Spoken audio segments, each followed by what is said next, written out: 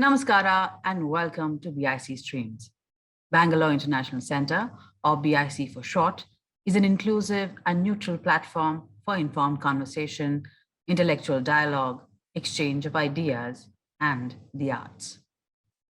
Today's session is the Harambee Factor, India-Africa Economic and Development Partnership. In celebration of Africa Day on May 25th, that is today, this session will be a presentation and discussion around the book, The Harambee Factor, India-Africa Economic and Development Partnership by Gurjit Singh. The session will be moderated by Mr. T.P. Seetharam, former ambassador, who will speak about his African experiences and introduce the book and the author. The author, Gurjit Singh, former ambassador to the African Union, will then speak about the book, The Harambee Factor, elaborating on the growing scholarship around Africa, particularly India's relationship with it. Following this, Dr. Upendra Tripathy, former Director General of International Solar Alliance, will speak about the agenda of the book and the importance of Africa in solar energy. Dr. Madhavi Ayyagari will follow with her observations and comments on the agenda. The final panelist, Karuturi, Honorary Consul for Ethiopia in Bengaluru, an investor in Africa, will present his impression of the book and his experiences of FDI in Africa. The panelists will then engage in a discussion on issues highlighting other aspects on the topic of India-Africa economics and development partnerships. Now, over to Mr. Seetharam. We are here to mark a very special occasion, the Africa Day. This will be the 59th anniversary of the founding of the Organization of African Unity back in 1963. And it is a very appropriate occasion to discuss a very welcome book on India-Africa Economic Development and Partnership, authored by Ambassador Gurjit Singh. The book has the title Harambee Factor, and a book like this on India-Africa Economic and Development Partnership could have been written by nobody else from the Ministry of External Affairs, with the kind of experience that he has had in working in the area of India-African relationship. Ambassador Gurjit Singh has served in Kenya a long time ago, and subsequently he has worked in New Delhi dealing with India-Africa relationship. He was ambassador to Ethiopia, as well as ambassador to the African Union.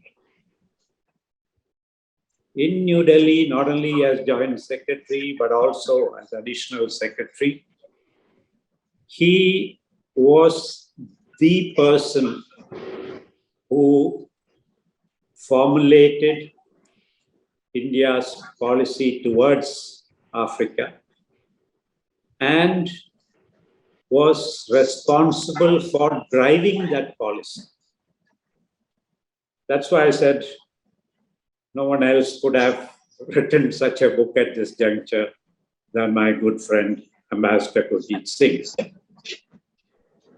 The book Harambee Factor, the title mentions the Swahili word, which has its origin in the Hindi phrase that was used by those people who were engaged in building railways in East Africa,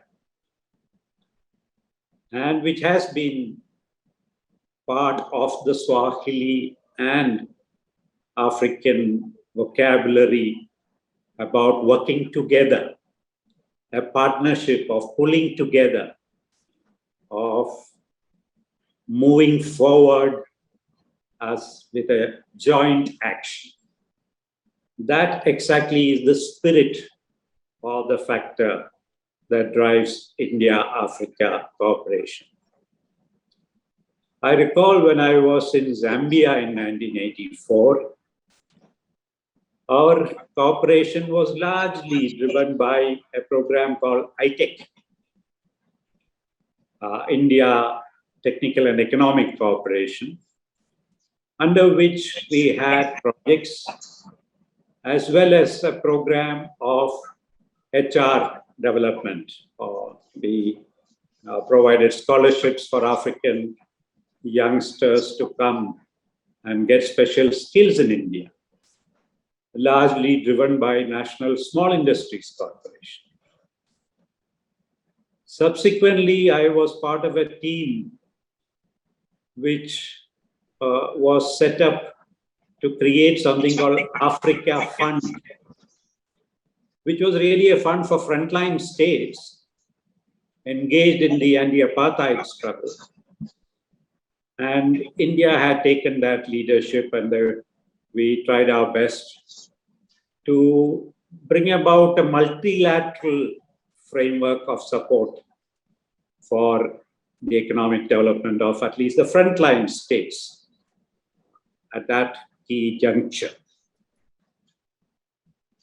Now, this book is perhaps the most comprehensive attempt to look at India-Africa cooperation, to not so much dwell into the historical past as to explore what has happened in the last 20 years and to make an overall picture of how it has worked and how it can work better. That is my overall understanding of having had a glimpse of the contents of the book. But of course, no one can explain to us and the larger audience the intention of the book and various aspects of it as its author, Ambassador Gurjit Singh. So over to you, Ambassador. Please enlighten us about what triggered you to write this book and what your views are that you would like to share with us as we prepare to get the book in our hands very soon. So please provide us a curtain raiser, and then I can turn to our other distinguished colleagues to have a discussion on the book. So over to you, Ambassador Gurjit. Thank you so much, Ambassador Seetharam, for your most gracious words. And I wish all friends a very happy Africa Day. I think we need to remember the model of African cooperation in a greatly disjointed world today even more. I particularly thank the Bangalore International Center for organizing and hosting this event today, and the Indian Council of World Affairs for being the publishers of this book, Harambee Factor. I particularly like to thank my friends Upendra Tripathy, Karuturi, Madhavi for joining us today. Ambassador Seetharam has explained why it's called the Harambee Factor.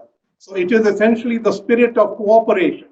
And what I'm trying to show through the book is that the cooperation that India has with Africa is a real partnership. It is not a donor-donee relationship like most are. One of the reasons this book was written is because there is lots to read about EU, China, Japan, China, Africa, Japan, Africa, EU, Africa, but hardly anything on India, Africa, especially the current phase of the 21st century really. And as the chairman mentioned, I was directly involved in the first two India-Africa summits. So I decided to put my experience and bring this forth so that we can have an understanding in the world about what India does in Africa. And it's actually a lot, and it's quite well received. Today, let me just speak about the Indian approach to Africa and how it evolved from the time the Cold War ended and the India-Africa summits started. So this is roughly, you can say, 2000 to 2006. And this is one of the chapters in the book, The Evolving Indian Approach to Africa. You know, when the Cold War ended, many African countries were at a bit of a loss because suddenly their old friends had a lesser amount of interest in them. President Moi of Kenya once told me that during the Cold War, I was a darling of many of the countries. But now that the Cold War is over, they want me to be a good boy at home and do many things they tell me to do. And I am the same person. So they never quite grasped. The second thing which happened in 1998 was the Indian nuclear tests. This suddenly woke up Africa and said, man, this country is going somewhere. Already the Indian economic liberalization had brought new opportunities to the fore. So if you look at the evolution of India's policy in this period, one of the critical factors is that African countries looked at India as a country which could be emulated. They had big partnerships with Japan, EU, China, and others, but they could never aspire to be those countries. But India was a model they could aspire to, and they liked our democracy, our youth dividend, our emerging economy status, our parliamentary systems, and of course the fact that we were largely having a system of capacity building and human resources. So this emulated model was one. The second important aspect was that we were focusing on HRD and capacity building, and chairman has mentioned the ITEC program. The ITEC program was 1964, long before anything happened. But you know, before that, in 1958, India set up the first ever academy in Africa called the Harar Imperial Military Academy. And we were already sharing our experiences 10 years after independence. In 1964 came ITEC, and this approach that India had showed that we were always more enamored about African human resources than African natural resources. The third aspect was international peacekeeping. India was the buzzword for peacekeeping in Africa since 1964. Now, unfortunately, in this period of the early 2000s, there were 6 or 7 conflicts in Africa which required peacekeeping forces. So Indian forces went everywhere in that. India had a good model of trade and FDI. Now, you know, around this time, India-Africa trade was hardly $1.5 billion around 1998. When the Focus Africa program is announced in 2002, India's trade with Africa is $3.3 billion. And now it's about $70 billion. So you see the trajectory of the engagement.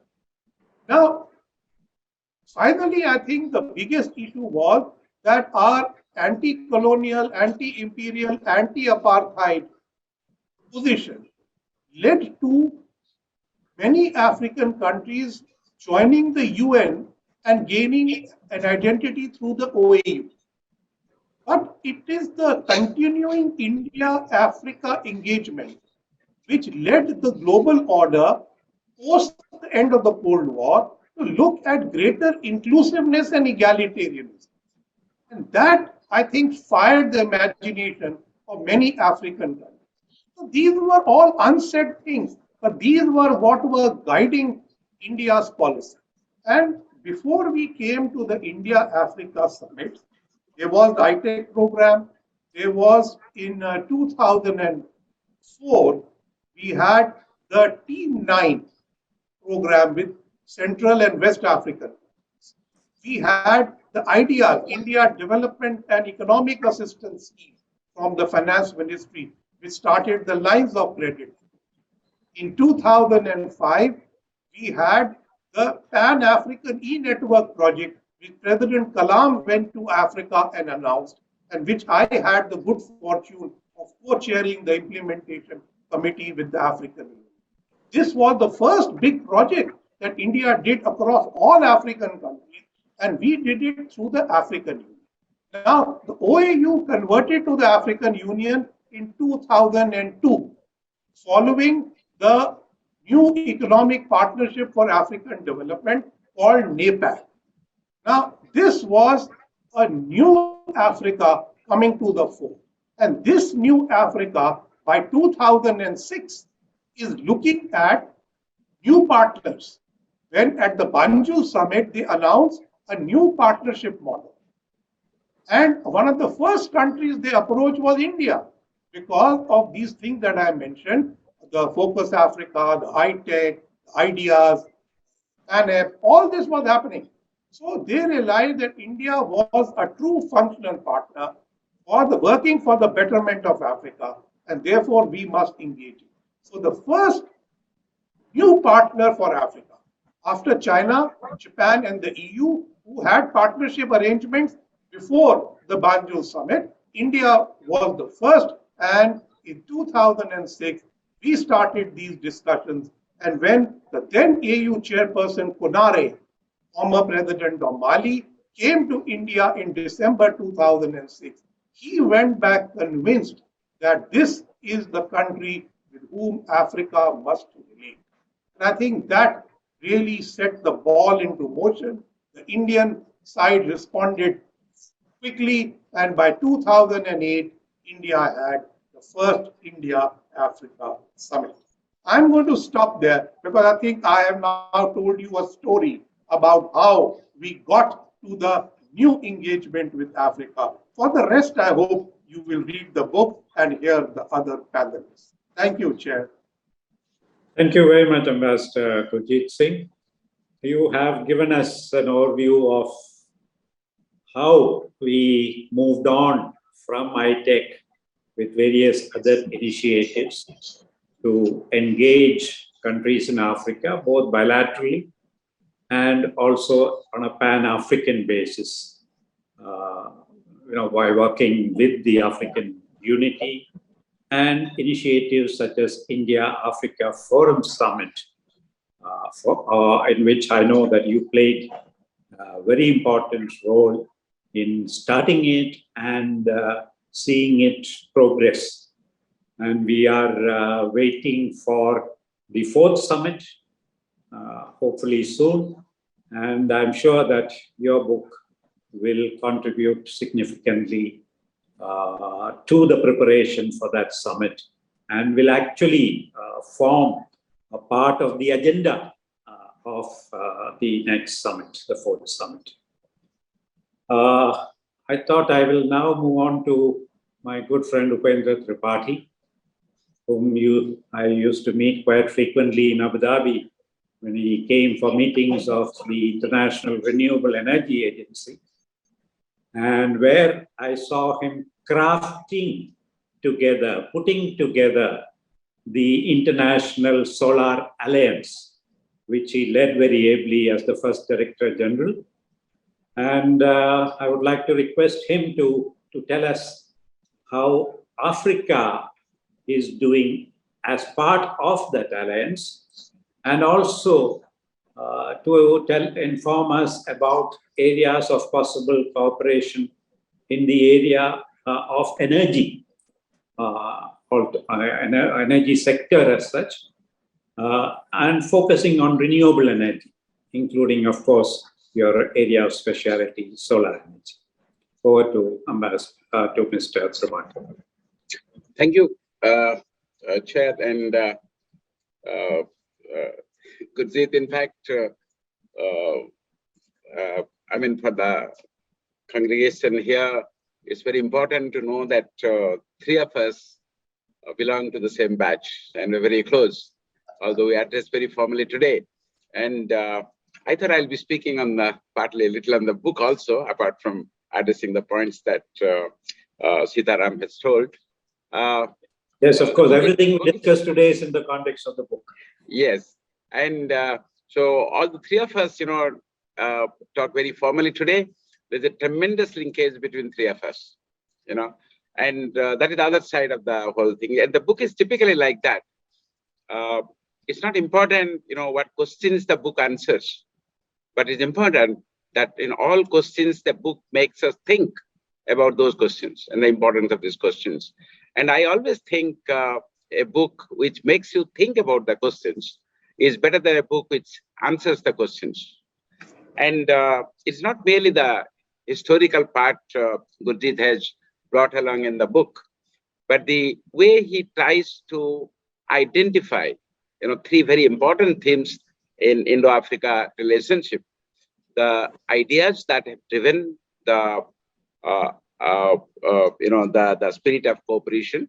And in fact, I rang him up to say, what is Harambee? I tried to find from Google. It says, it's a fundraising event in Kenya. But Gurjit put it in proper words, the spirit of cooperation. And in this spirit of cooperation, it's not merely he gives a historical term, but the book tries to identify at each stage what type of ideas have driven. As he listed out the Indian involvement in Africa, the idea of apartheid or opposed to it, things opposed to it, the type of freedom movement in Africa, the type of energy requirement in Africa, Africa as a family, the friendship of Africa, not only ideas, even the actors that have played important roles, the personal relationships among the leaders.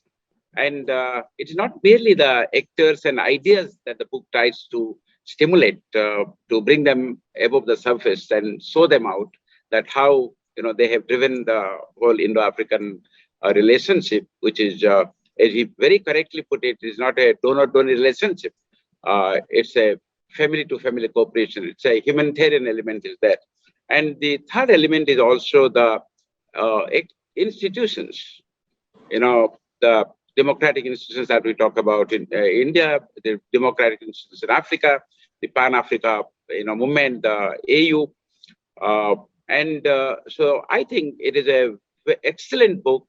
And you don't find many such books in the market. I remember in International Solar Alliance, yes, in fact, my batchmate, Ambassador Seetharam was in, used to have a lot many dinners to bring us together in Abu Dhabi so that we interact with policymakers in arena, how to plan Aisha. We had some opposition from there because every time we have a new organization, there has to be some opposition. So why do we need it?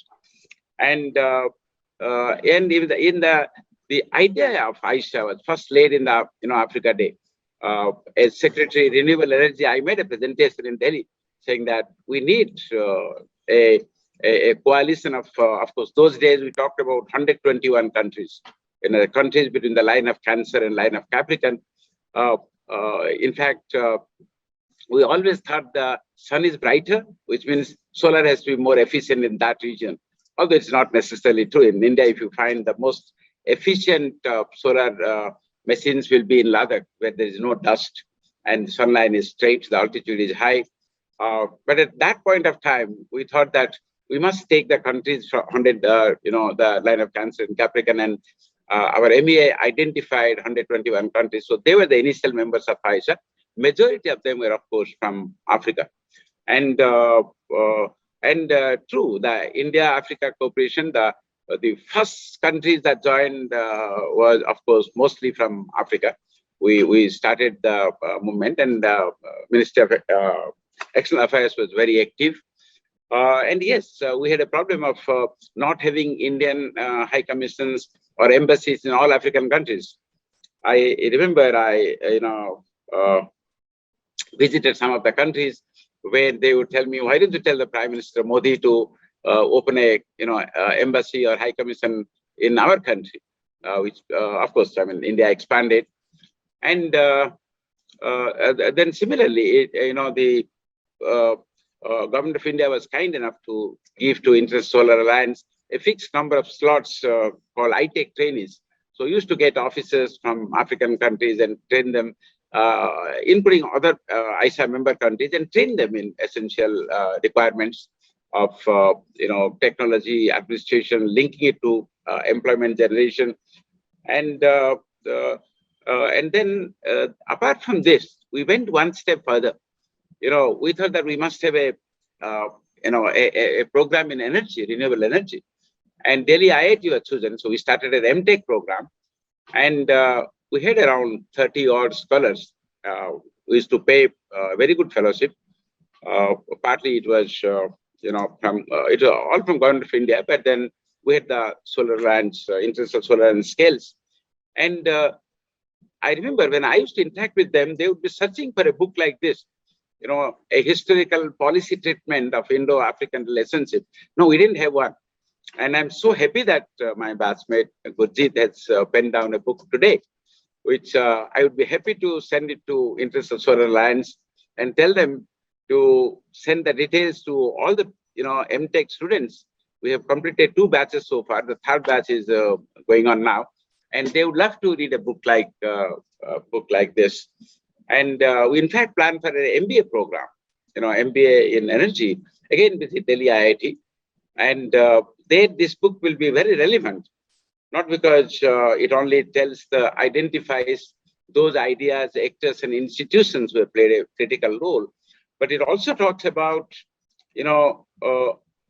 how we brought in innovation over the decades in Indo-African relationship. It was initially, sort of HRD identification. Then we looked at, how to develop natural resources, and that is where the Exim Bank played a very critical role.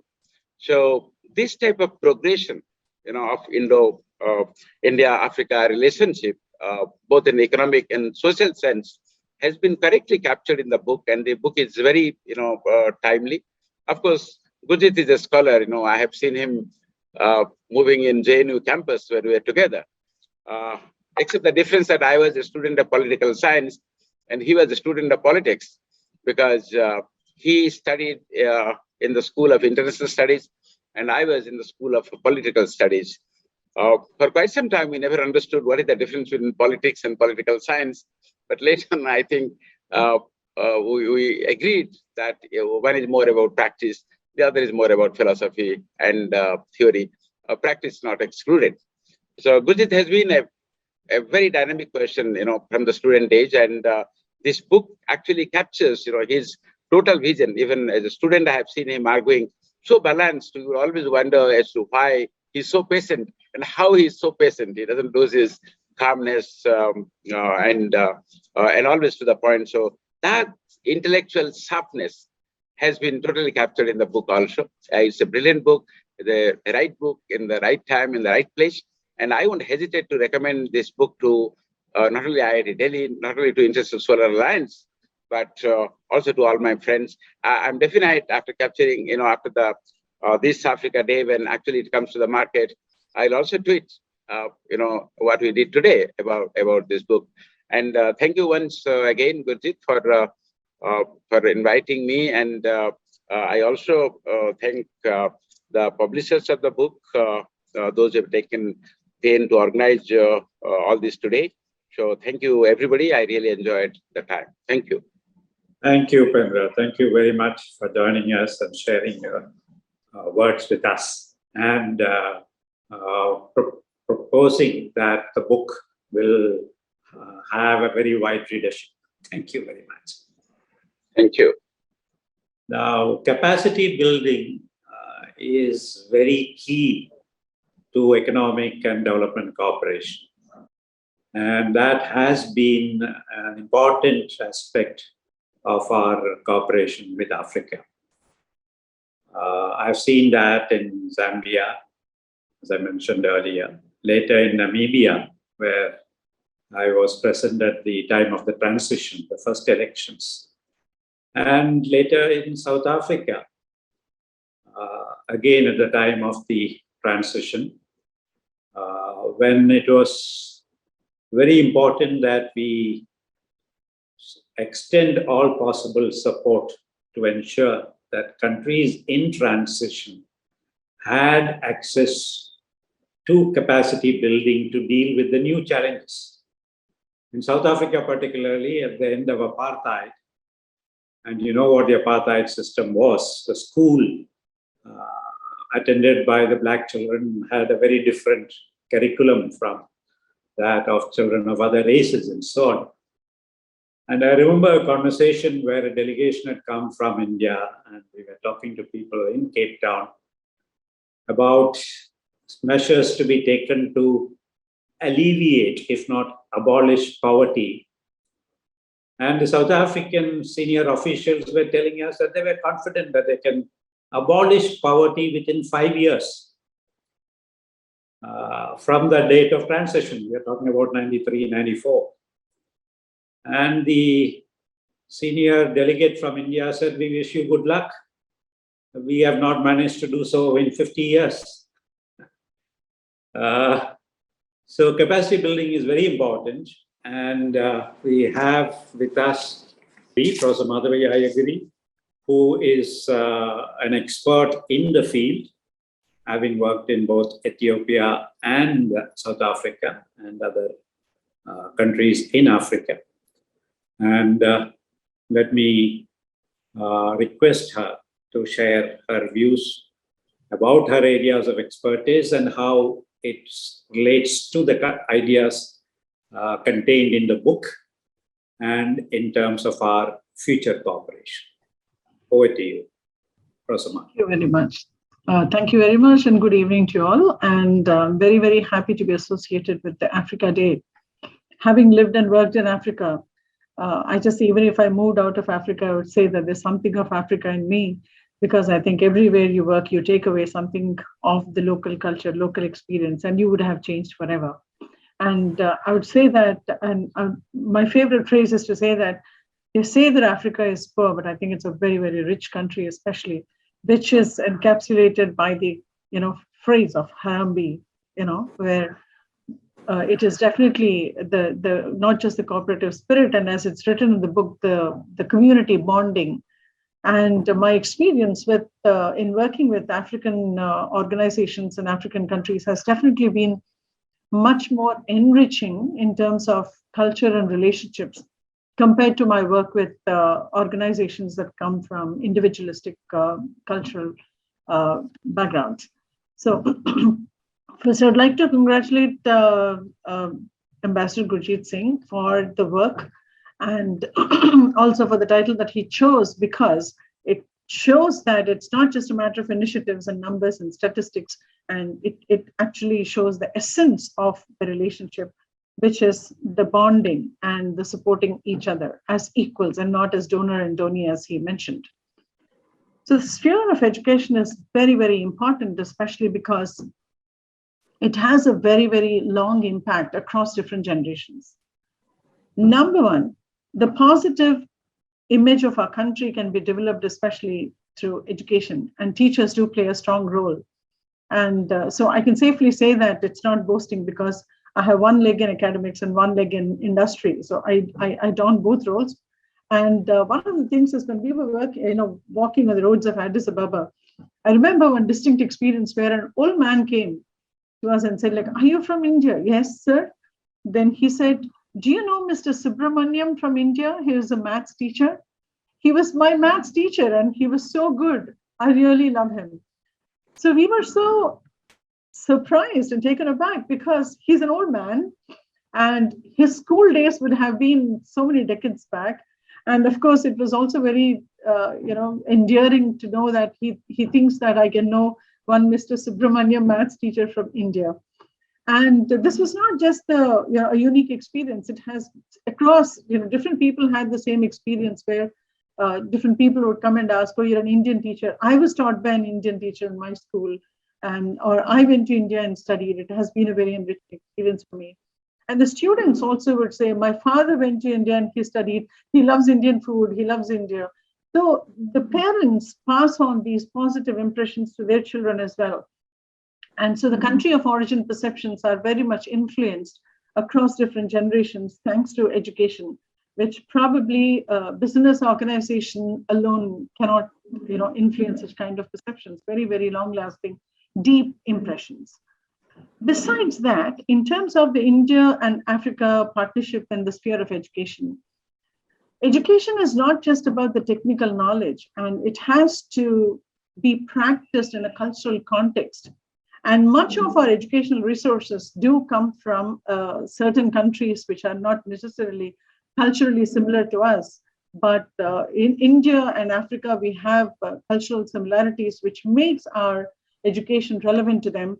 Besides that, the geographical similarities also help a lot. For instance, I can recall the dean in both Ethiopia and also in South Africa, where I worked subsequently, saying that in our medical education, we would prefer to send our students to India because we want them to be experts in tropical diseases, treating tropical diseases.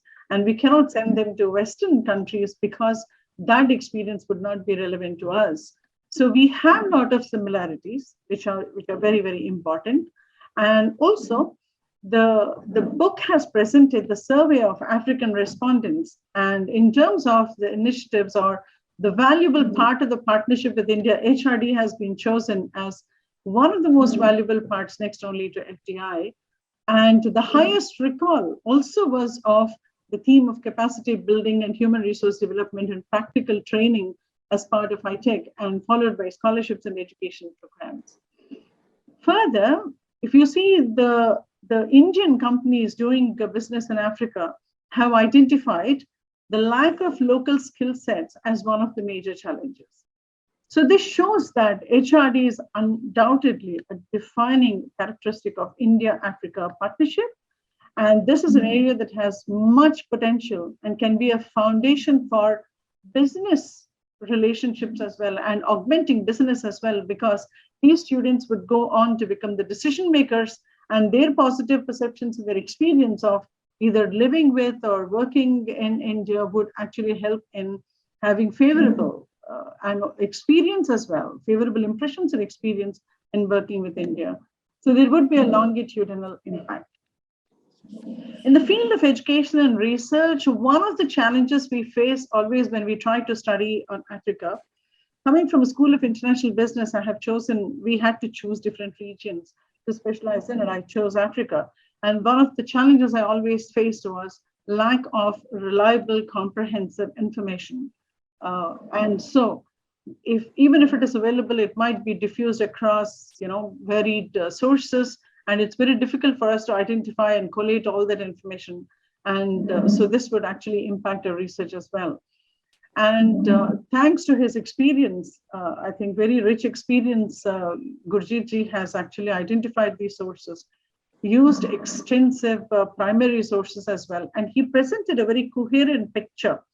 And the kind of detail that he has given, the level of study, across the different years, and the source countries from which the students are coming, the states which are receiving, and the specialization which is being sought, all these information I have not come across anywhere. And I doubt that this much of information in a compact form, which really shows us a coherent picture, is available anywhere else. So I really think that this is very, very valuable. And overall, to sum up, if you can see, when we are looking at education, obviously we are looking at the larger context as well, and which will be, because education, the impact of education or the achievements of education will be influenced by the larger context. So how the book has been presented and what are the different sections was something very interesting, because he presented a snapshot of the African countries, their background or the characteristics in terms of the economic, demographic context, the political security issues, the regional integration groupings, as well as their vision for the future. So this helps us understand the continent and the regions and the major countries that we have to focus on as educators and education institutions, and also, of course, for businesses. He also provided a temporal perspective, which helps us understand how India's approach to Africa and the India-Africa partnership has evolved over years. Because we can talk about, if this is not okay or that is not okay, this should have been done and so on. But when we understand how it evolved, it actually gives us better insights into the effectiveness of programs or the lack of it, understanding this effectiveness of the programs. And then he also talked about the major initiatives, specific initiatives like ITech, Focus Africa, and so on, and the institutions which are developed at the Pan-African, regional, and bilateral levels. And all these have been identified, which would actually make us understand the governance, the policy, the relationship, and the institutional mechanisms. So all these different dimensions have not been actually included. And at the same time, the detail regarding education and educational allocations, the utilizations, and the shortfalls have also been presented. So the efforts made, progress, achievements, etc. So we get the information related to service provision, utilization, and gaps. So this is very, very useful for the academic and the research fraternity. I think I would definitely, I hope that Ambassador Gurjit Singh would actually continue the work. And coming from an education background, I think I would definitely would like to see a deeper insights on the barriers for augmenting the effectiveness of the HRD initiatives. There is even while I was reading, I was having so many different hypotheses which were emerging, like how do they choose the different countries? And what factors would influence their choice? What is the level of awareness? What is their country of origin perceptions? What are their attitudes towards the different countries? And what are the barriers? Unfortunately, there have been reports of racism and so on, which is not very surprising. It requires a lot of preparation of the recipient countries and the community as well. Working for Abu Dhabi Excellence Program and Dubai Excellence Program, we see that part of the program is also where you train right from the immigration officials about how to make a tourist experience positive.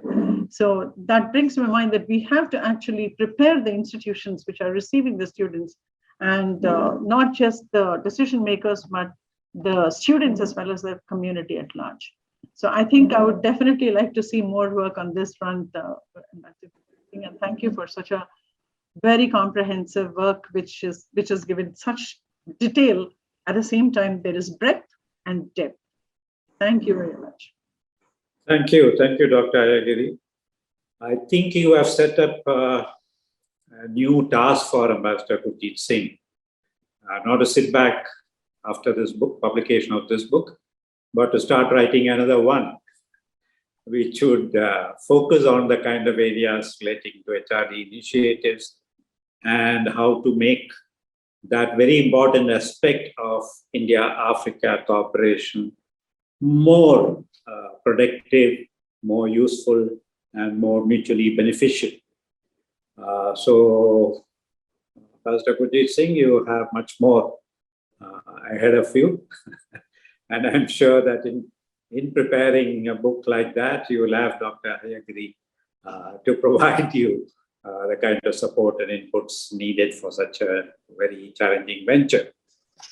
Now I turn to Mr. Ram Karuturi. Of course, many countries make sure that their economic cooperation initiatives with others is dovetailed with very concrete business interests. And very often such initiatives are backed by and very closely involves the private sector and the corporate sector. Most countries do that, especially in Africa, but also everywhere else. But we perhaps have been lacking in this, in the sense that we have not always taken our corporate sector with us while engaging in various, whether capacity building or implementation of projects. And perhaps, as you will find in the book, in the early years, our implementation of projects particularly suffered because of lack of professionalism and lack of partnership with the private sector. Now, you as a person who is familiar with Africa, you are an investor, an entrepreneur, and also an honorary consul for Ethiopia and India. I'm sure that you have perspectives that will add to various aspects which are covered in the book. And I'm sure you would also have comments about the book itself as it stands. So over to you, Mr. Ram Karuturi. Yeah. Thank you very much, Ambassador Seetharam. Thank you very much, Ambassador Gurjit Singh and Dr. Madhavi Ayyagari. I wish Ambassador Gurjit Singh wrote this book 20 years ago. It would have been a good handbook for amongst various people, entrepreneurs like me as well. It still is. The depth and width of his analysis of sectors, of countries is very interesting. The last time I saw something as scholarly and well written was when McKinsey published their Lion on the Move, a comprehensive thesis on business environment in Africa. However, it was more macro, and here I see Ambassador Gurjit Singh's analysis is more specific. Before I talk more, very interesting anecdote. One, we should never call Ambassador Gurjit Singh ambassador. He was popularly known in Ethiopia as Bulldozer.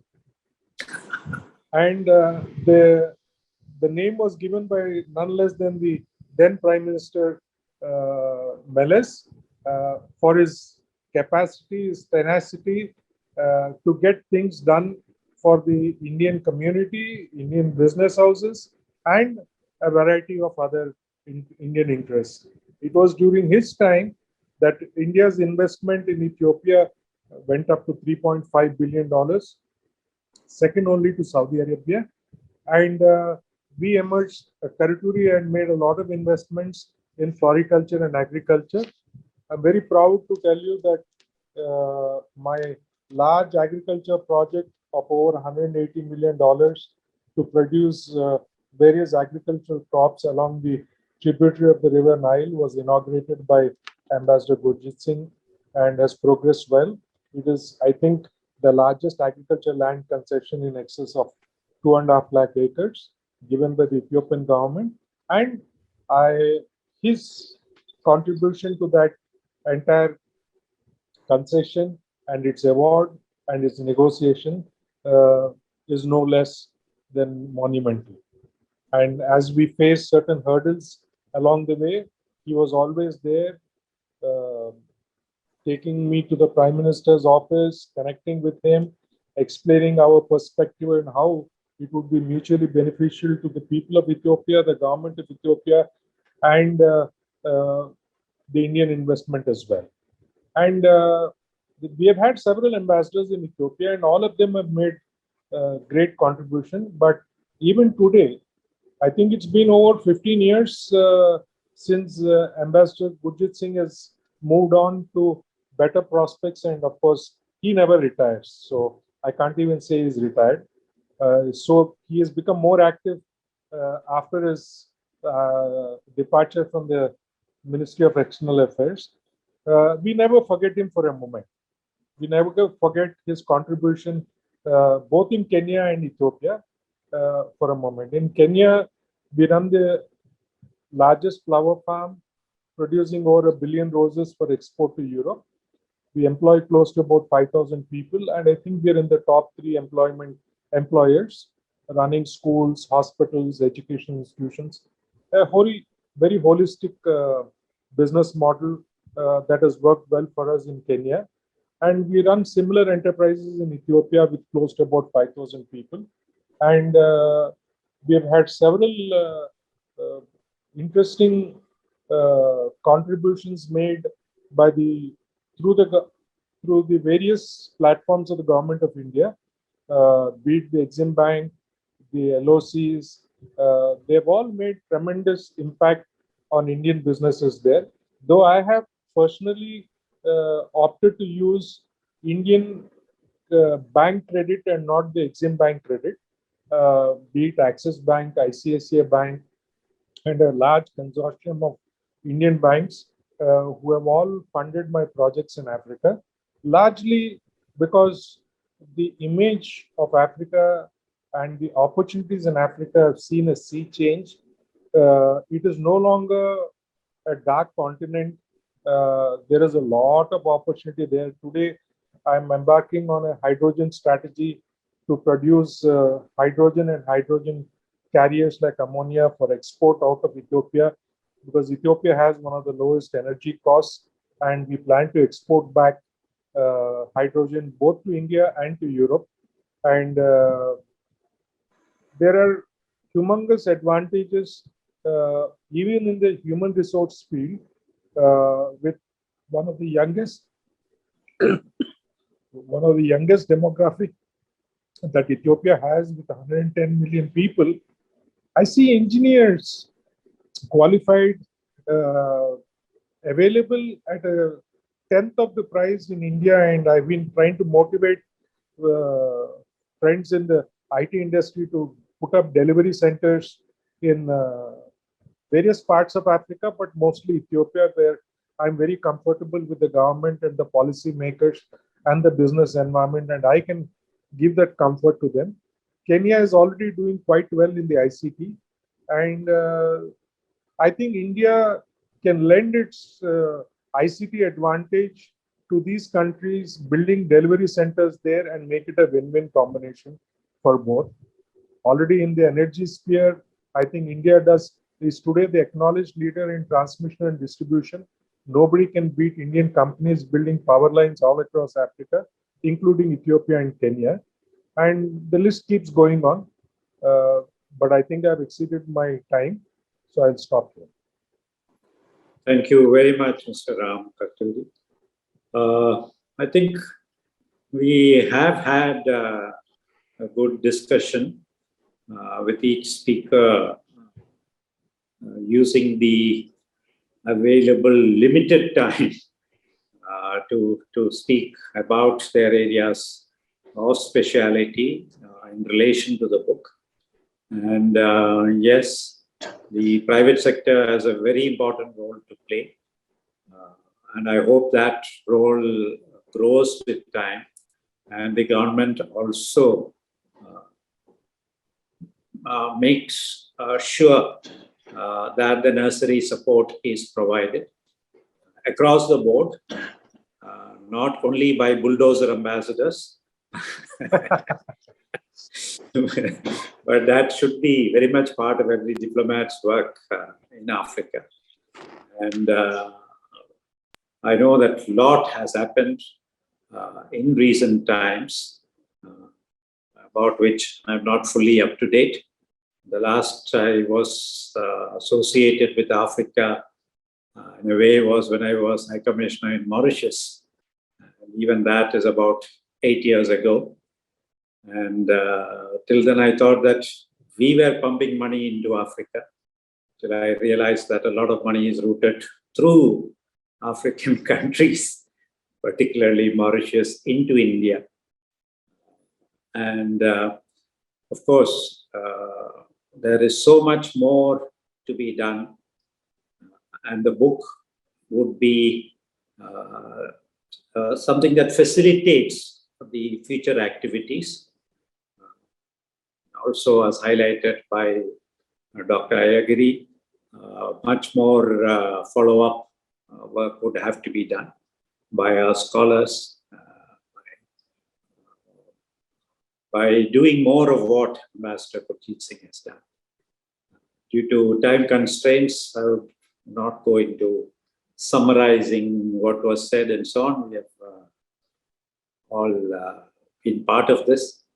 And I must congratulate Master Gurjit Singh once again for the remarkable work that he has done. And he has shown what needs to be done further to strengthen India-Africa economic and development cooperation. So I wish Ambassador Gurjit Singh and his book all the very best. Thank you. Thank you, Chairman. Thank you, Professor Ayyagari, and thank you, Ram. Thank you very much, sir. Thank you, sir. Being part of this wonderful journey today. Thank you. Thank you, Bangalore International Center. Most grateful to you for having hosted this event.